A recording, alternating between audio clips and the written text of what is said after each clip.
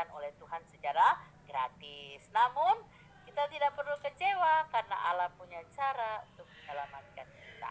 Sebelum kita mengajar anak, mari kita terlebih dahulu belajar bagaimana caranya menyajikan bagian ini. Nah, teman-teman, unit Allah dan Kristus ini digabungkan mengapa?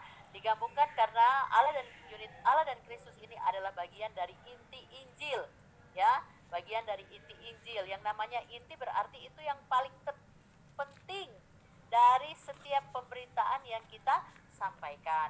Mungkin kita bisa memberitakan bahwa surga itu gratis, kita juga bisa memberitakan manusia berdosa, kita bisa memberitakan tentang iman dan lain sebagainya. Tapi tanpa kita memberitakan tentang Allah dan Yesus, maka kita tidak sedang memberitakan Injil. Karena inti dari Injil adalah Allah dan Kristus. Apa sih tujuan dari pembelajaran kita? Yang pertama, kita akan menjelaskan tentang sifat Allah yang kasih dan adil yang berkaitan dengan karya keselamatan.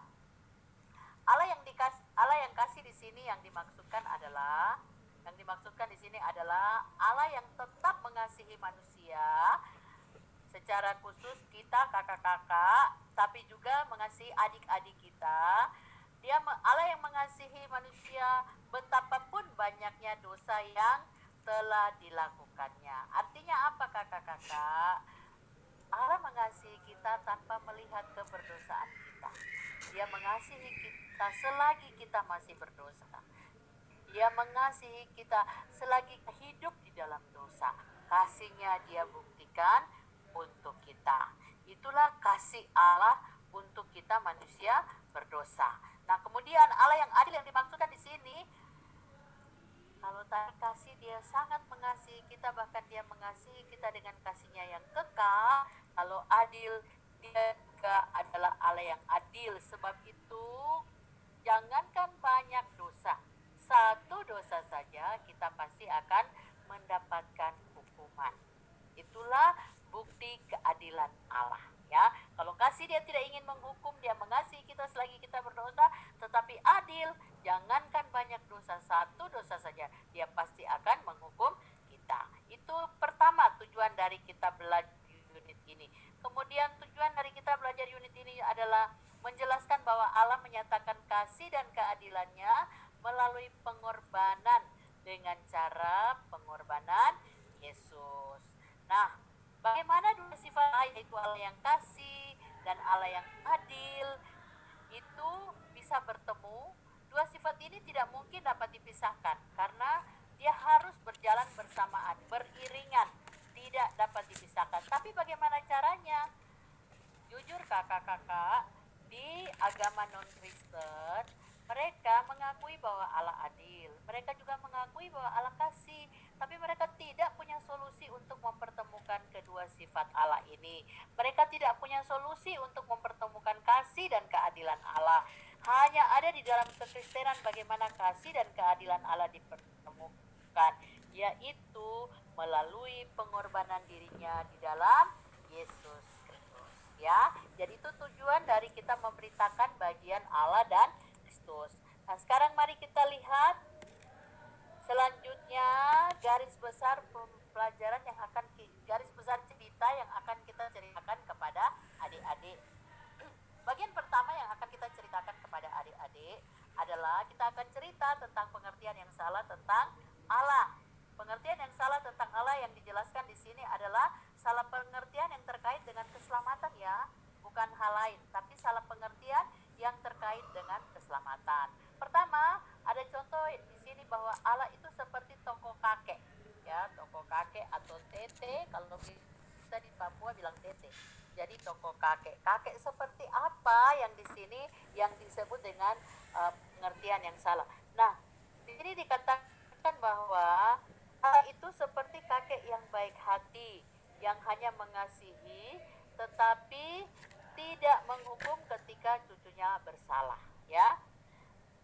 Jadi dia hanya kasih tetapi dia tidak adil.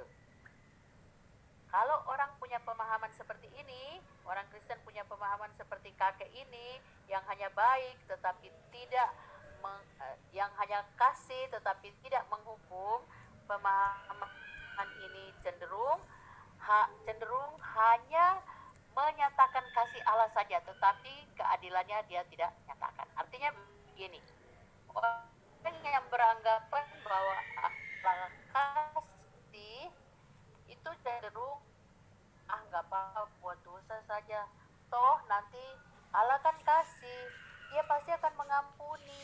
Jadi minta ampun, Allah yang penuh kasih akan mengampuni kita. Wah, ini keliru. Kenapa? Karena Allah tidak hanya kasih, tapi Allah juga Hukum. adil. Nah, tapi ada orang yang punya pemahaman juga yang keliru. Mereka berpikir Allah seperti polisi. Artinya apa? Kalau kita lihat polisi kan, kalau kita bersalah, kalau kita melanggar, pasti kita akan kena tilang, kita akan kena hukuman. Itulah keberadaan polisi yang adil ya, kakak-kakak. Nah, demikian juga dengan orang yang menganggapan Allah seperti polisi. Mereka berpikir, waduh, jangan buat salah ya. Kalau buat salah, pasti akan dihukum oleh Allah. Nah, seringkali kalau sudah ada dalam pergumulan, ada dalam bencana, dalam masalah, mulai berpikir, waduh, ini hukuman ini gara-gara saya tidak sembahyang ini gara-gara saya tidak pergi sekolah minggu, makanya Allah menghukum saya. Nah, ini juga keliru. Kenapa? Karena terlalu melebih-lebihkan keadilan dan mengabaikan kasih. Ya, kalau tadi kakek melebih-lebihkan kasih, mengabaikan keadilan. Kalau polisi melebih-lebihkan keadilan dan mengabaikan kasih. Ini pemahaman yang keliru tentang Allah. Lalu bagaimana pengertian yang benar tentang Allah? Nah, mari kita lihat pengertian yang benar itu seperti apa. Nah, Yeremia 31 ayat 3 mengatakan, aku mengasihi engkau dengan kasih yang kekal. Artinya, pengertian yang benar adalah Allah kasih, dan kasihnya itu dia nyatakan dengan kasih yang kekal. Kekal itu berarti abadi, ya kan? Jadi Allah mengasihi kita dengan kasihnya yang kekal. Kemudian Allah adil, Keluaran 34 ayat 7b, tetapi tidaklah sekali-kali membebaskan orang yang bersalah dari hukuman. Artinya, keadilan berarti Allah akan menghukum setiap orang yang berdosa. Nah, hukuman kepada manusia berdosa ialah maut. Maut artinya apa? Maut artinya kematian selama-lamanya. Terputusnya hubungan antara kita manusia yang berdosa dengan Allah. Itulah hukuman Allah untuk selama-lamanya kepada kita manusia berdosa.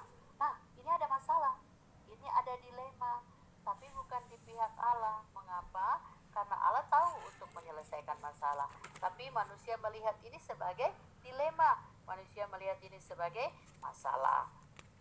Nah, dilema ini pernah dialami oleh seorang yang namanya Jenderal Samila. Kakak-kakak sudah dengar ya ceritanya Jenderal Samila. Nah, kita akan cerita ilustrasi Samila.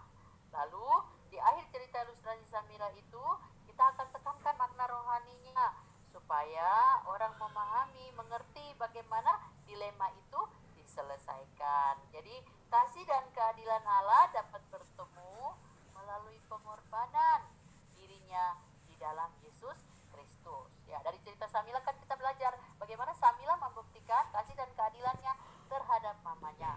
Kasihnya dia buktikan, keadilannya dia jalankan hanya melalui pengorbanan dirinya sendiri kan. Nah, demikian juga dengan cara Allah menyelamatkan kakak-kakak dan juga adik-adik semua, bahwa kita diselamatkan karena pengorbanan. Lalu setelah itu kita masuk ke kalimat peralihan. Apa kalimat peralihannya?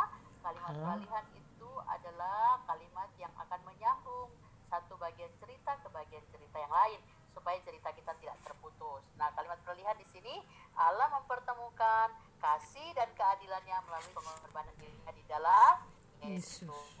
Nah, sekarang mari kita lihat bagaimana caranya kita mau bercerita kepada adik-adik dengan menggunakan flashcard.